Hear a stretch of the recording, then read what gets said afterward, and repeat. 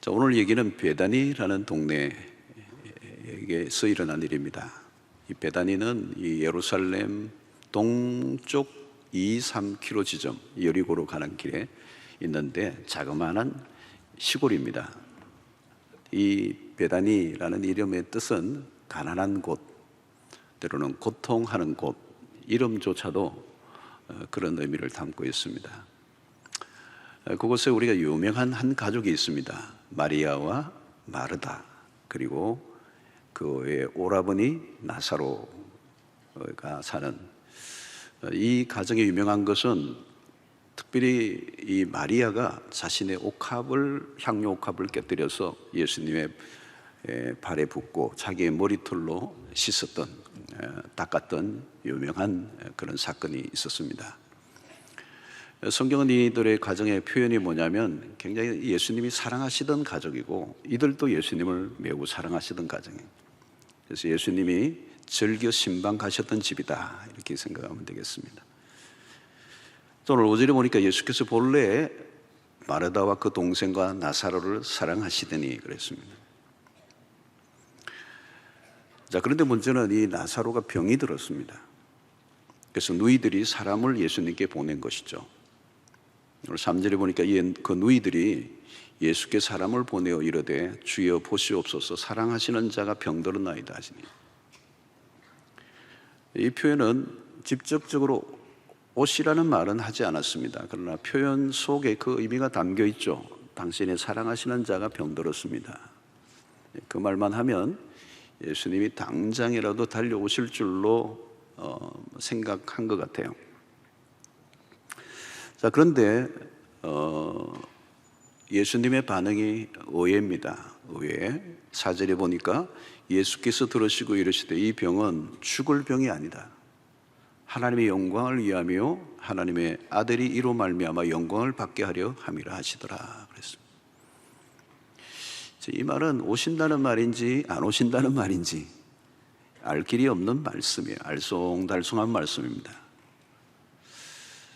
더 이해가 안 되는 일이 일어났는데요, 그것이 6절입니다. 나사로가 병들었담을 들으시고 그 계시던 곳에 이틀을 더 유하시고 그랬습니다. 이 말은 어떻게 보면 예수님은 관심이 없다는 표현처럼 보입니다. 딴청을 피우시는 것 같아요. 서둘러도 급한 상황인데 오히려 이틀을 더 머물러 계시는 건 이유를 알 수가 없습니다. 자, 문제는 이 시간이 그렇게 흐르면서 드디어 일어나지 말아야 할 일이 일어났습니다. 그게 뭐냐면 나사로가 죽고 말았습니다. 그리고 장례식까지 다 치워버린 것이죠. 상황이 끝이 났습니다. 우리는 이점에서 마리아와 마르다의 상황을 좀 이해할 필요가 있습니다. 예수님에 대한 원망의 마음이 일어나는 거죠. 감정이 뒤죽박죽이 됩니다. 서운함, 섭섭함, 실망감.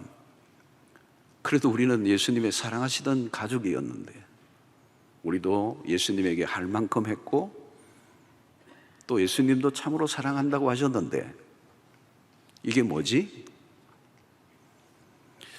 여러분, 우리가 이렇게 살다 보면 사람들을 통하여 마음이 상할 때가 있습니다. 섭섭하기도 하고 서운하기도 하고 시험에 들 때가, 교회에서도 신앙생활 하다 보면 사람들과 관계에서 섭섭한 마음이 들고 마음이 상할 때가 있습니다. 그런데 그 마음에 상한 이유가 하나님 때문이라면 누가 풀어주는 것입니까? 하나님에게 실망을 한 거예요. 섭섭함이 하나님에게 있는 겁니다. 여러분, 신앙생활을 하다 보면 하나님이 내 마음에 들지 않을 때가 있습니다. 내가 열심히 기도했는데 정말 오랫동안 기도하고 또 기도했는데 응답이 없어요. 오히려 기도하는데 상황은 더 나빠지는 경우가 있어요. 너무 속이 상해가지고 위로라도 받으려고 사랑방에 갔는데 또 그날따라 다 기도 응답받은 얘기를 하고 있어요. 막 축하는 해주는데 속은 쓰려. 내가 기도를 해도 내가 더 많이 했고 봉사를 해도 내가 더 많이 한 것 같은데 기도할수록 내가 기도하는 것과는 거리가 먼 쪽으로 진행될 때가 있습니다. 그때 우리는 믿는다는 것의 의미가 뭔가 회의가 들죠. 하나님께 실망하는 겁니다. 마리아와 마르다는 지금 오라비의 죽음으로 망연자실하는 겁니다. 마음이 굉장히 상한 것입니다. 이것은 깊은 실망이죠. 우리가 종종 경험하는 경험이라고 할 수 있습니다. 하나님, 내가 힘들고 이렇게 외롭고 어려운데 당신은 어디 계십니까? Where are you? 당신은 어디 계시죠? 아니, 나를 알기나 하십니까? 내가 겪고 있는 고통과 하나님은 등을 돌리고 있는 것처럼 보일 때가 있다는 겁니다. 여러분, 이것은 성경 안에서 우리가 자주 발견되는 스토리입니다. 우리에게만 있는 게 아니고 성경 속에 있는 인물들. 유명한 것은 하박국서죠, 여러분. 하박국 선지자입니다. 근데 도대체 이해가 안 돼. 하나님 왜 이러시는 겁니까? 하나님, 당신 살아계신 겁니까? 하나님의 당신의 공의가 살아계신다면 도대체 이 세상 꼬라지가 왜 이렇습니까? 왜 악인이 저렇게 형통하며 의인이 저렇게 고난을 받습니까? 당신은 어디 계십니까? 하나님의 부재에 대해서 의문을 품는 겁니다. 욥기서도 여러분 마찬가지입니다. 대서사신 욥기서에도 욥의 고난에 하나님은 침묵하세요. 여러분, 욥이 당한 고통은 정말 만신창이가 되었습니다. 그런데 하나님은 불러도 대답 없는 이름이에요. 여러분, 시편의 많은 시인들의 우리가 보면 시인들의 고백이 이거예요. 부르짖어도 응답을 하지 않는 하나님.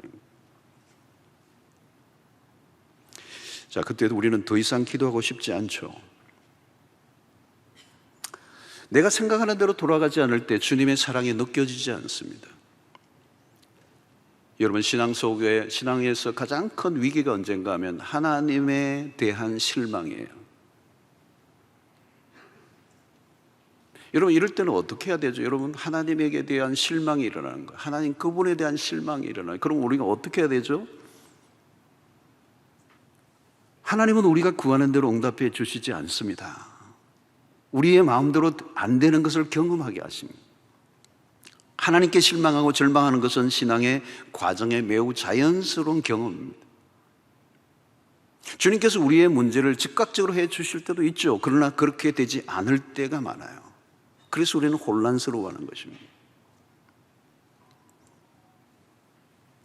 신앙의 여정에는 처음에는 뜨거워요. 믿음으로 모든 것을 다 할 것 같이 여겨집니다. 기대감이 넘칩니다. 기적을 맛보기도 합니다. 그게 사실이에요. 그러다 보면 우리의 신앙생활에 어떤 공식이 만들어지죠. 기도하면 된다, 모든 것은 믿으면 이루어진다라고 하는 하나님에 대한 자기만의 고정관념이 생기기 시작하거든요. 그런데 어느 순간 그것이 깨어지기 시작하는 겁니다. 내 생각과 기대대로 돌아가지 않는 순간, 우리의 신앙의 어떤 틀과 고정된 공식이 깨어지는 순간을 경험하게 될 때가 있습니다. 그때 하나님의 마음에 안 들죠. 하나님에 대한 오해가 생깁니다. 그런데 분명한 것은 이런 과정을 통과해야 한다는 거예요. 내 생각대로 내 기도대로 안 되는 것을 경험해야 된다. 내가 믿고 따르던 하나님의 부재를 경험하기도 해야 한다는 거예요. 주님은 종종 우리가 가는 길을 멈추게 하실 때가 있습니다. 코로나19는 우리의 삶을 멈추게 만들었습니다.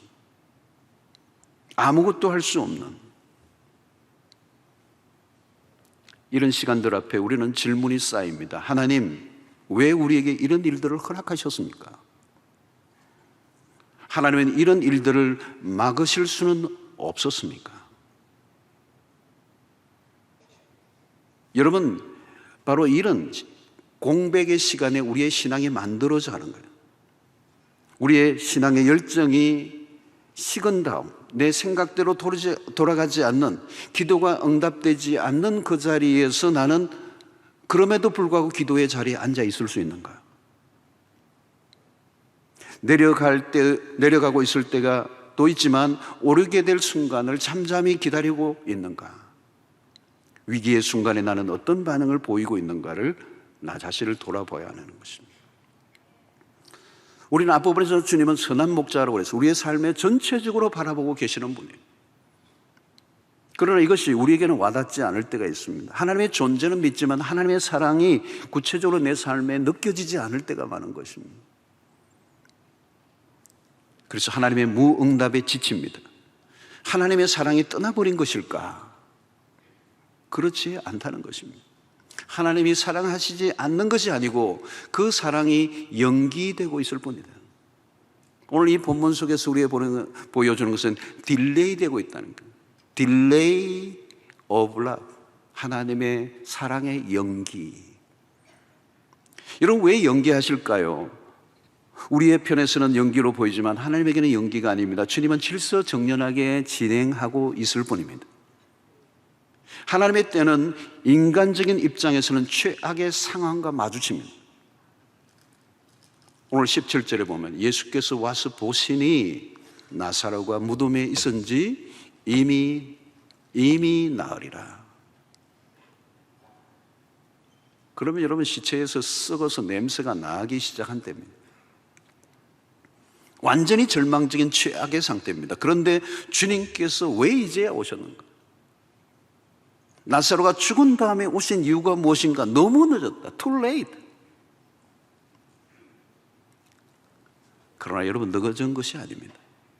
우리는 항상 기억해야 합니다. 주님이 오신 그 시간이 최적의 순간이다. 하나님에게는 오차가 없습니다. 우리와 다른 시간일 뿐입니다. 우리와 예수님의 시간의 갭이 커요. 이 갭이 중요한 것입니다.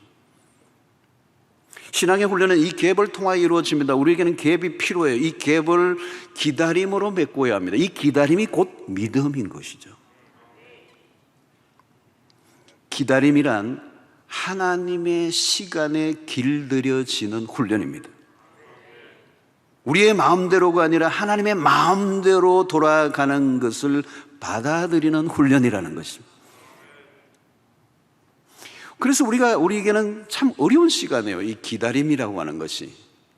기다림이란 우리의 시간을, 우리의 타이밍을 포기하는 거예요. 아브라함은 하나님의 약속을 믿고 따라 나섰지만 현실이 달랐어요. 점점 지쳐갔습니다. 요셉도 꿈을 받았지만 긴 터널을 계속 통과합니다. 다윗은 기름 부음을 받았지만 지루한 도망자의 삶을 삽니다. 사울의 칼날이 자신의 심장을 스쳐 지나가는 그 시간을 통하여 점점 꿈은 멀어져 갔지만 기다림을 통하여 마침내 이스라엘의 왕이 됩니다. 여러분, 기다림의 훈련이 너무 중요합니다. 내 마음대로가 아니라 하나님의 마음대로에 순응하는 것입니다. 기다리는 시간을 통하여 우리는 하나님의 눈높이로 자라가게 됩니다. 시간이 흐르면서 서서히 하나님의 관점을 가지게 됩니다. 하나님이 바라보는 것과 같이 바라보게 될 때 우리는 다른 차원의 삶을 살게 되는 것이죠. 우리의 안목이 자신의 문제 안에만 빠져 있지 않고 나와 다른 차원에서 문제를 바라보기 시작할 때 그것을 우리는 초월이라고 그러죠. 미래에 대해서 온전히 우리는 알지 못하는 한계, 그래서 우리는 미래를 알고 싶어 하지만 알 수가 없습니다. 우리는 미래를 알려고 하기보다 미래를 통치하시는 미래의 시간이 주님에게 있기 때문에 그분을 신뢰하는 것입니다. 그분을 신뢰하는 것입니다. 우리의 미래의 시간을 다스리시는 하나님 앞에 우리의 모든 것을 내어 맡기는 믿음.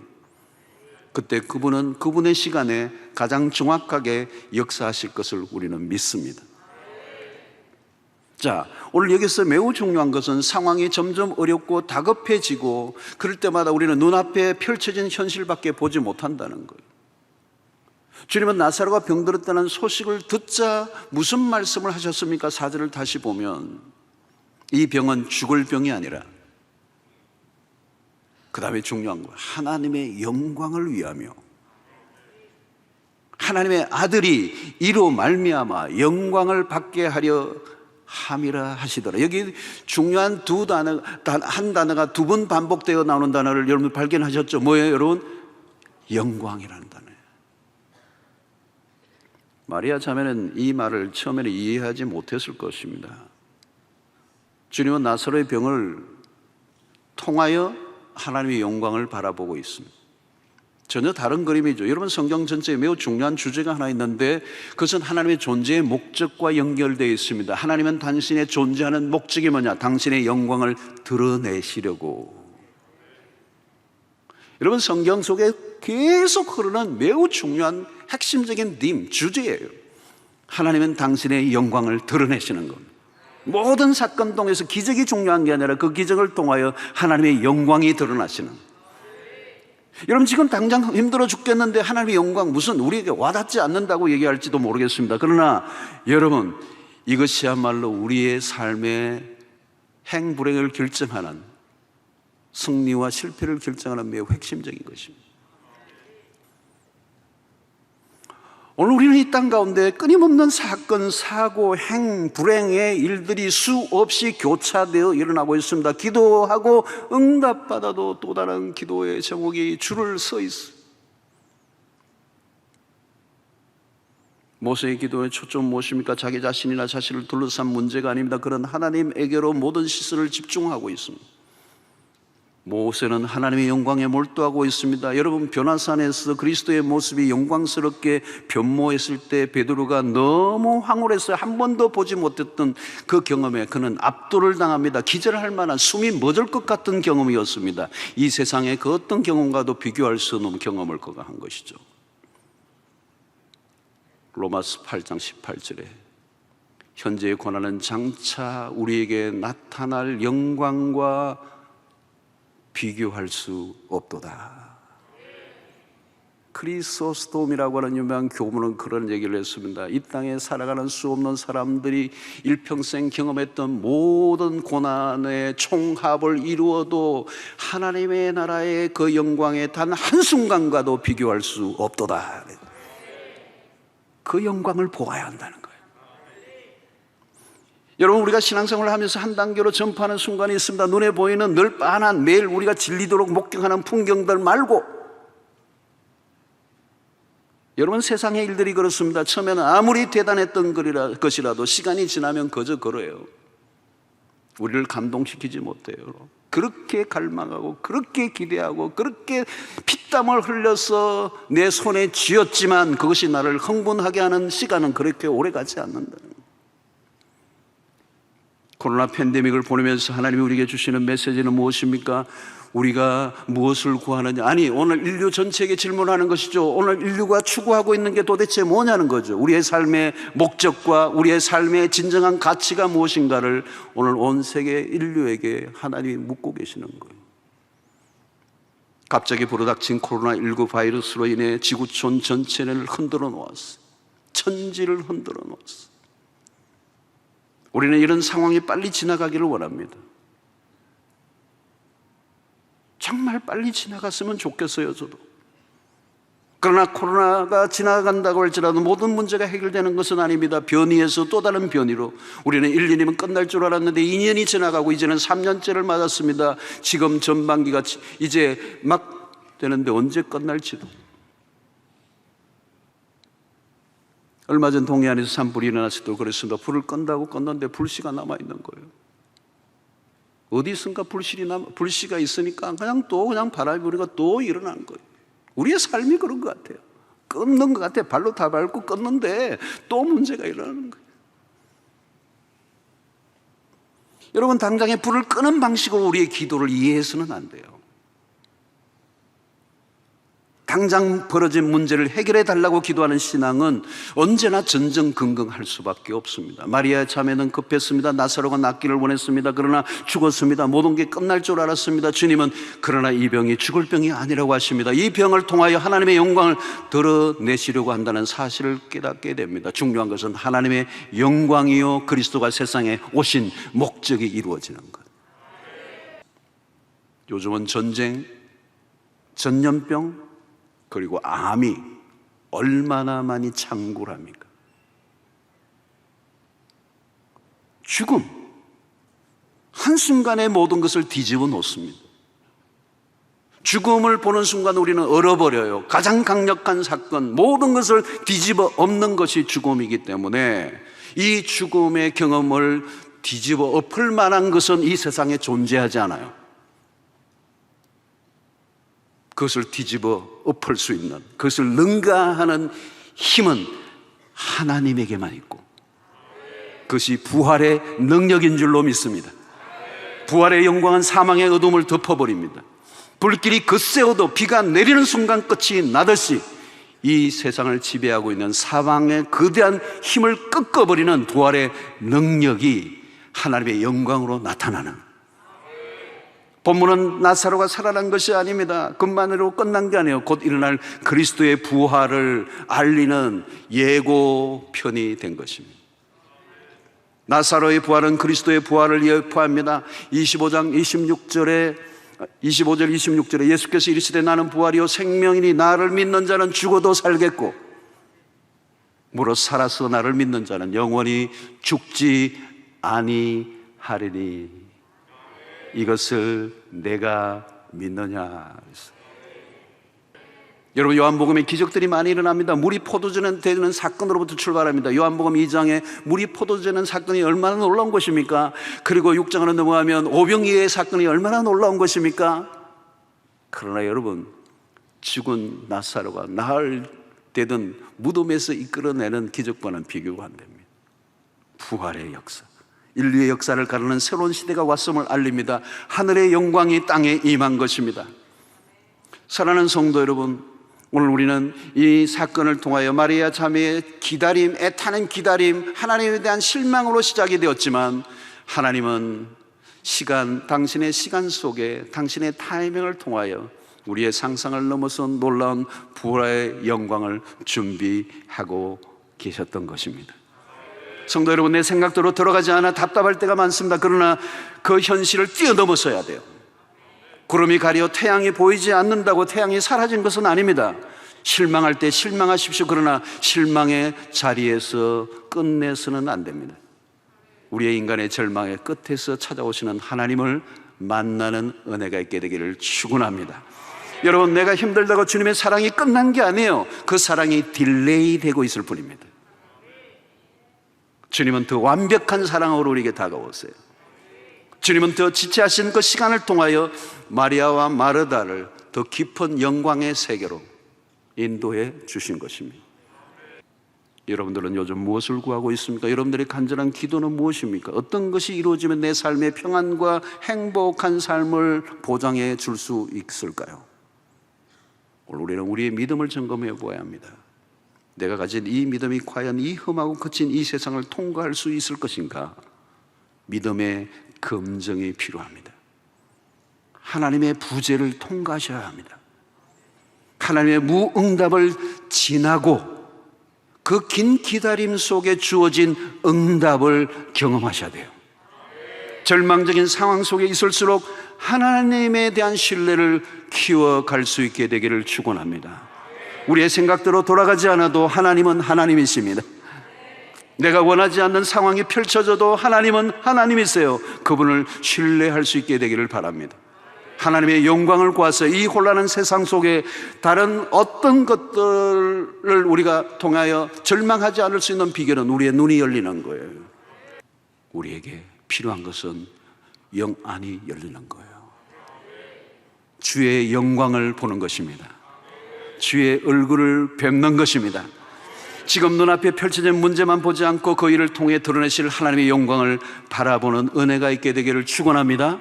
성도 여러분, 죽음으로 가득한 세상에서 하나님의 영광을 본 자로 살아가시기를 바랍니다. 하나님을 본 자는 죽음의 권세에 질식당하지 않습니다. 부활의 날을 사모하시고 이 무섭도록 돌고 도는 역병이 완전히 사라지는 그날, 우리는 주님과 얼굴과 얼굴을 맞대어 볼 것이고 주의 영광에 동참하는 그 은혜가 여러분들 모두에게 있게 되기를 주의 이름으로 축원합니다.